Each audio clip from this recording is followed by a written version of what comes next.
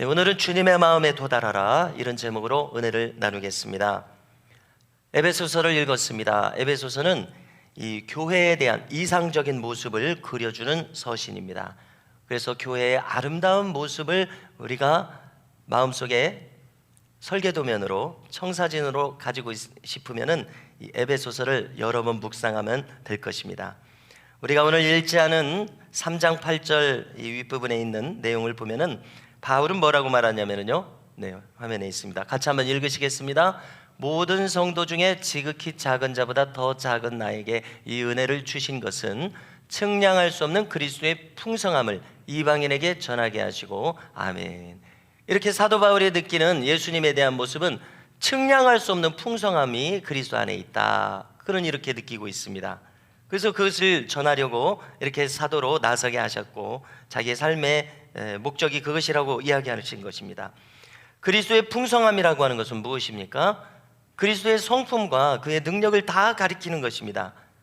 그리스도의 성품을 더 자세하게 우리가 생각해 본다면요, 예수님은 사랑의 주님이십니다. 희생하셨습니다. 용서하셨습니다. 70번씩 7번이라도 용서할 마음이 있으니까 베드로에게 그렇게 하라고 하신 거 아닙니까?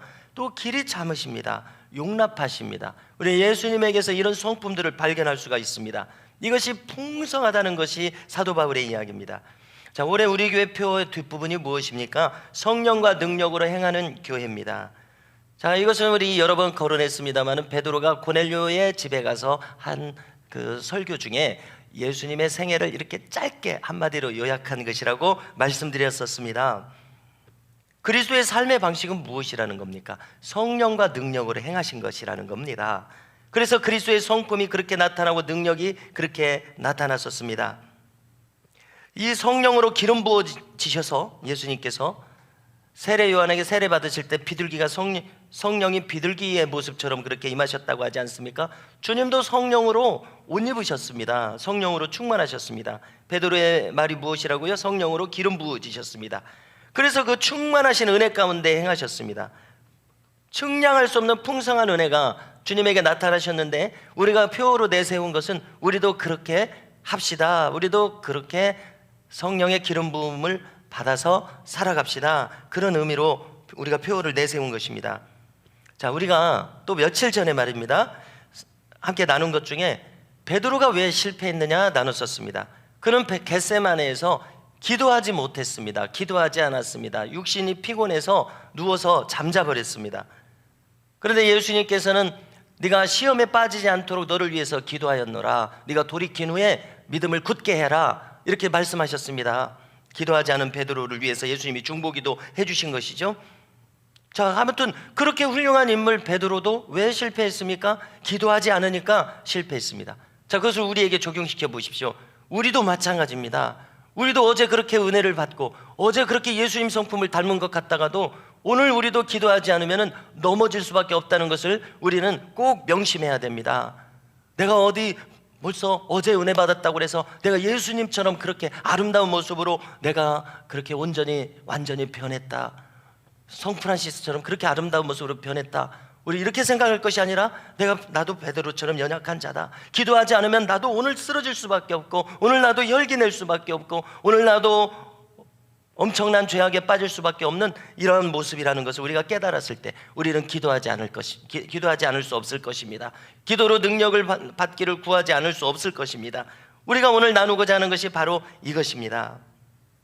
여러분, 다시 말해서 우리가 기도하지 않으면 예수님처럼 사랑의 사람이 되지 못할 것입니다. 용서할 수 없을 것입니다. 관용하지 못할 것입니다. 길이 참는 역사가 없을 것입니다. 용납하는 사람도 희생하는 사람도 될 수 없을 것이라는 것입니다. 여러분, 오늘 말씀은요, 사도 바울이 기도하는 중에 나온 것입니다. 오늘 말씀 3절을 읽었는데 그 위에를 보면은 바울이 이렇게 에베소 교회를 위해서 기도하는 내용입니다. 에베소 교회가 아름다운 교회가 되기를 원하는 마음으로 이렇게 에베소 교회가 이 모습을 가지게 해달라는 기도를 서신으로 쓰고 있는 것입니다. 그러면 이 내용은 무엇입니까? 한마디로 말해서 그리스도의 마음에 빠져서는 안 되겠다는 이야기입니다. 그리스도의 마음이라고 하는 것은 그리스도의 사랑으로 나타나고 있는데요, 17절을 보니까요, 자, 다시 한번 보여주시겠습니까? 믿음으로 말미암아 그리스도께서 너희 마음에 계시게 하시옵고 그리스도께서 우리 마음에 계실 것을 에베소 교회를 위해서 구하고 있습니다. 18절을 보니까 무엇에 대해서 더 자세하게 구하고 있냐면 지식에 넘치는 그리스도의 사랑을 알게 하실 것을 구하고 있습니다. 지식에 넘친다는 말을 주목하십시오. 무슨 뜻이겠습니까? 우리 인간의 지성과 이해, 인간의 감각을 초월하는 그리스도의 사랑이라는 것입니다. 이것을 우리가 알게 해달라는 것을 구하고 있습니다. 자, 우리 한국교회 또 역사에 참 귀한 인물 손양원 목사님이 있습니다. 여러분, 얼마나 사람들이 이해할 수 없는 그런 그리스도의 사랑을 그를 통해서 나타냈으면 그의 별명이 무엇입니까? 사랑의 원자탄입니다. 누구를 닮아서 그가 사랑의 원자탄이 되었습니까? 바로 이 그리스도의 마음을 닮아서 사랑의 원자탄이 되었습니다. 우리도 그 길을 가야겠다는 것이 사도 바울의 이야기입니다. 지식에 넘치는 그리스도의 사랑이 우리 안에서도 이루어지기를 원하는 것이 사도 바울의 마음입니다. 자기 마음에도 이것이 이루어졌기 때문에 지금 이야기할 것입니다. 우리는 사도 바울의 첫 번째 모습을 성경에서 기억하고 있습니다. 이 말씀을 나누고 고린도전서 13장의 말씀을 나누는 사도 바울의 모습이 아니라 그는 어떤 사람이었습니까? 살기가 등등해서 다메섹 도상으로 가고 있었습니다. 다시 바꿔 말하면 그는 살이가 등등해서 행하던 사람이었습니다.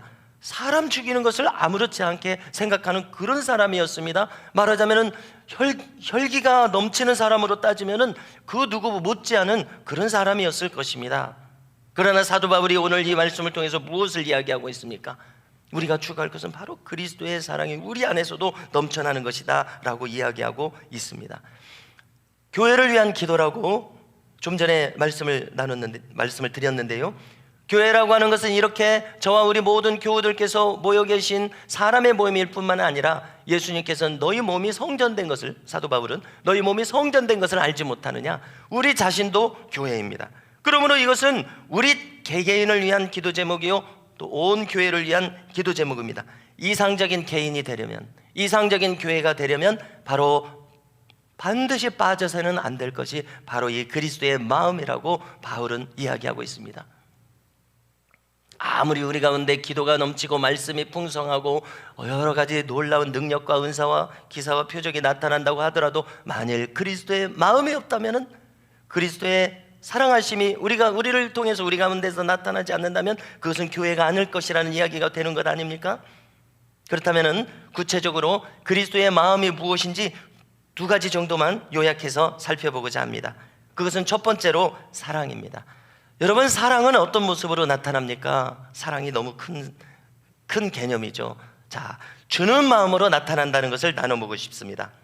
한마디로 주님은 사랑의 주님이신데 주시기 위해서 이 땅에 오셨습니다. 사도행전 20장 35절을 보니까요, 사도 바울은 주님께서 직접 들었다고 하면서 이렇게 이야기합니다. 주는 것이 받는 것보다 복되도다, 이렇게 말씀하셨다고 바울이 전합니다. 자, 그리고 이것은 주님의 생애를 요약해서 주님 자신이 말씀해주고 있습니다. 주님 자신이 주시는 분이셨습니다. 자, 우리가 성령 충만을 구하자고 했습니다. 표를 따라서요. 또 우리가 신앙이 좋다는 것은 무엇을 이야기합니까? 그것은 자기 만족으로 끝나는 것이 아니어야 할 것입니다. 자기 도취에 빠져 있는 것이 좋은 신앙이 아닐 것입니다. 신비주의에 빠져 있는 것이, 신앙은 신비의 요소를 분명히 가지고 있지만 거기에 이렇게 안주하고 있는 것이 신앙의 본 모습은 아닐 것입니다. 신앙의 본 모습은 흘러넘치는 것일 것입니다. 예수님처럼요. 그래서 무엇인가 우리가 신앙이 좋은 사람이 되는 것은, 성령이 충만한 사람이 되는 것은 무엇인가 남에게 주는 사람으로 나타날 것입니다. 남에게 무언가 유익을 주는 것을 기뻐하는 사람으로 나타날 것입니다. 가령 우리가 기도하자고 지금 했습니다. 기도하는 사람이 되었습니다. 아침에 이렇게 열을 내서 기도하는 사람으로 살아가는 사람이 되었습니다. 그렇다면 그것은 무엇을 의미합니까? 주기 위해서 기도하는 것임을 우리는 잊어서는 안 되겠습니다. 특별히 우리는 나에게 어떤 많은 물질이 없더라도 내 마음을 줄 수 있다는 것을 잊어서는 안 되겠습니다. 할렐루야. 돈은 없어도 우리는 마음을 줄 수 있습니다. 언제든지 우리는 마음을 주어서 사람들을 환영할 수 있습니다. 도와줄 수 있습니다. 격려할 수 있습니다. 또 필요하다면 내 물질을 줄 수도 있습니다.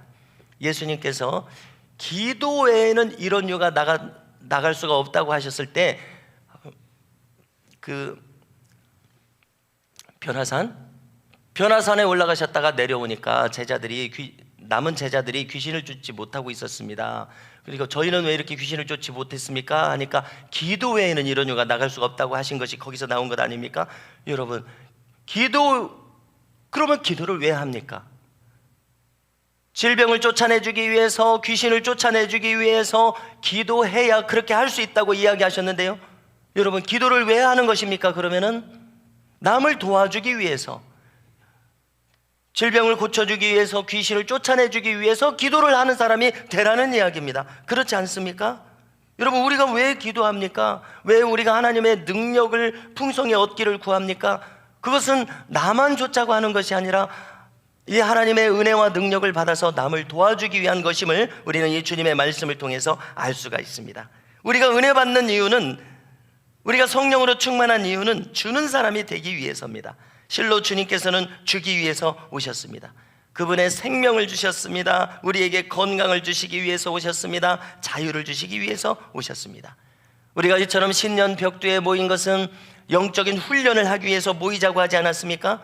그것은 구체적으로 기도 훈련인데요, 그 기도 훈련의 결과가 반드시 우리를 통해서 나타날 수 있기를 바랍니다.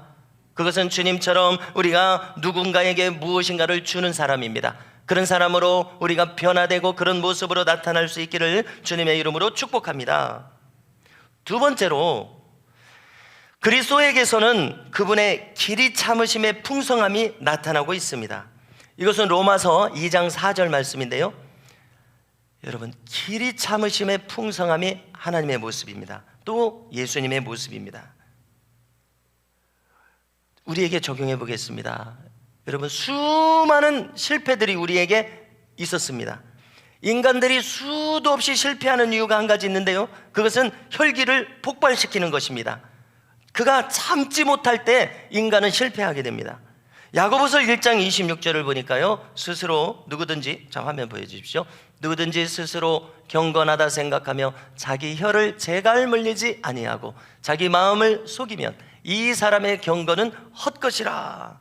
우리가 야고보서는 신약의 잠언처럼 그 한 절 한 절이 경구로 구성되어 있는 것을 느끼는데요, 사도 야고보가 많은 글을 쓰지 않았습니다만은 이렇게 인간의 혀에 대해서, 혀를 절제할 것에 대해서 이렇게 많은 글을 썼습니다. 여러분, 여기 지금 뭐라고 했습니까? 자기 혀를 재갈 물리지 아니하면 그것은 헛된 경건이다, 이렇게 이야기하고 있습니다. 더불어서 야고보서 3장 2절을 보니까 말에 실수가 없는 자라면 곧 온전한 사람이다, 이렇게 이야기했습니다. 아벨을 한번 생각해 보십시오. 가인과 아벨을 생각해 보십시오. 가인은 혈기를 폭발시켜서 동생 아벨을 죽였습니다. 젊은 모세를 생각해 보십시오. 그는 혈기를 폭발시켜서 애굽 사람 한 사람을 쳐 죽였습니다. 그 결과 그는 왕자의 자리에서 내려와서 스스로 미디안 광야로 도망쳐야 했었습니다. 여러분, 예수님의 말씀도 한번 생각해 보려고 하는데요, 오죽하면 예수님도 마태복음 5장에서 뭐라고 말씀하셨냐면요, 악한 자를 대적하지 말라고 하셨습니다. 여러분, 악한 자를 대적하지 말라는 얘기는 무슨 얘기입니까? 그 자리를 피하라는 얘기입니다. 그래서 마태복음 6장 39절을 보니까 한번 보여주시겠습니까? 같이 한번 읽으시겠습니다. 시작.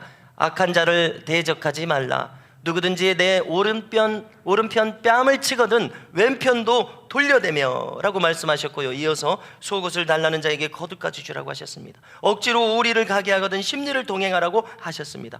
여러분, 이것이 무슨 이유입니까? 왜 이렇게 말씀하셨습니까? 악한 자를 대적하지 말라는 겁니다. 여러분, 당하고서 가만히 있을 사람은 없습니다. 분명히 속에서 무엇인가가 올라옵니다.